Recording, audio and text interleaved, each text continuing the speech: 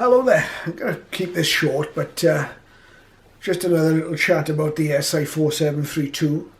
You remember that I showed you the second one that came from AliExpress, yeah? And it was labelled ATS20. Strangely enough, no manufacturer name, just the model name.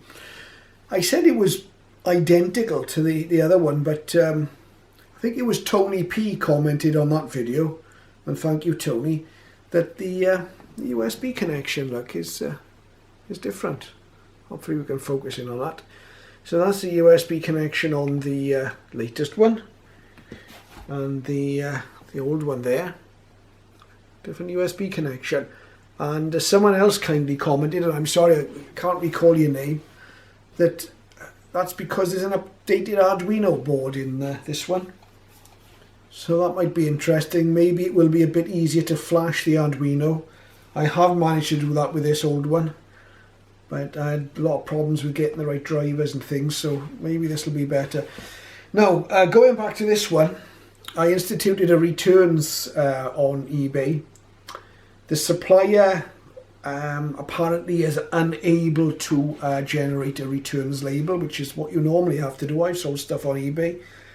And if a buyer wants to return it for any reason, you simply go into your eBay account and you print off, or you send them a label for them to print off, and you actually get the shipping, the return shipping at quite a discount, so it doesn't cost much. It's a little bit odd that our supplier can't do that, but there was a bit of an unusual situation with the delivery of this receiver, because I did have a message from the supplier saying they weren't using the courier they were supposed to via eBay, and they were going to use another one. It all sounds a bit strange. So to cut a long story short, to return this, I'd have to get a quote on postage, then go back to the supplier. They say they would then give me the money to my PayPal account to cover the postage. Do you know what? I've decided I'll keep this. I'm going to see if I can fit another encoder. I think that might be a little bit beyond my soldering skill because it's so small, but I'm going to have a go and I'm going to play around with this one. I'm going to use it as a learning tool, so nothing really lost, hopefully, because it has taught me a little bit about Arduinos and flashing them and things like that already. But a lesson here, I wouldn't recommend these at the moment. Okay, this one works fine at the moment, but how long is it going to work for?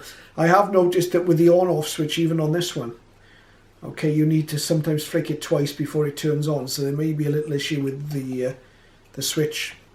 But so far the encoder and the SSB side of it's okay. But honestly, I would only go for one of these unless you're prepared to do some work on it to get it to work. Treat it as if it were a kit, that's fine. A tool for learning, but as a complete functional receiver, well, you might get one. But it seems more likely that perhaps you won't, because more and more people seem to be buying these, and there's a number of issues cropping up, and you can just look at some of the comments on the videos I've put up to see people have had similar or even more issues than I've had. I can't believe the popularity of the videos on this little receiver. As you know, I've got a tiny channel. I've had such a lot of views and such a lot of comments, so I'll carry on doing some comparisons with other radios and carry on showing you what I'm up to with this, as long as you're interested. And thank you very much for all the comments and all the feedback. It's absolutely great, and keep it coming. But as I say, in terms of recommendation, you know, you could probably spend your money, if you're paying around 50 UK pounds, 40 to 50 UK pounds for one of these. You could probably do better elsewhere with a sort of a more traditional receiver. A lot of people talk about the XH Data 808, which I think if you shop around doesn't cost an awful lot more, but it's got a much better, you know, set of reviews behind it. So there you go. That's my feelings on it so far.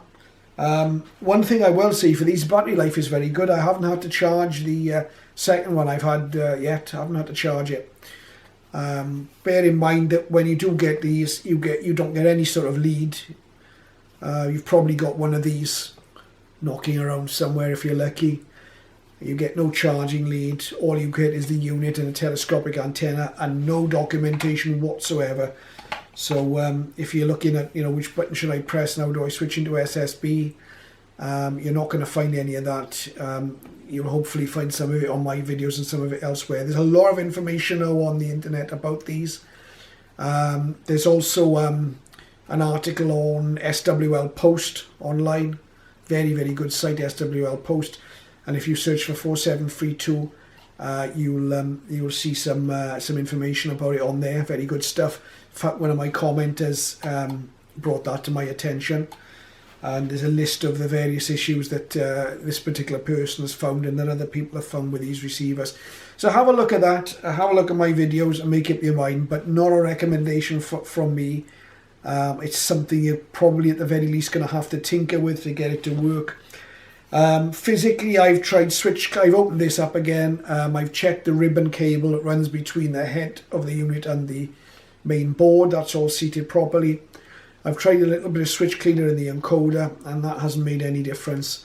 So I think, you know, we can basically safely say the encoder is toast in this one.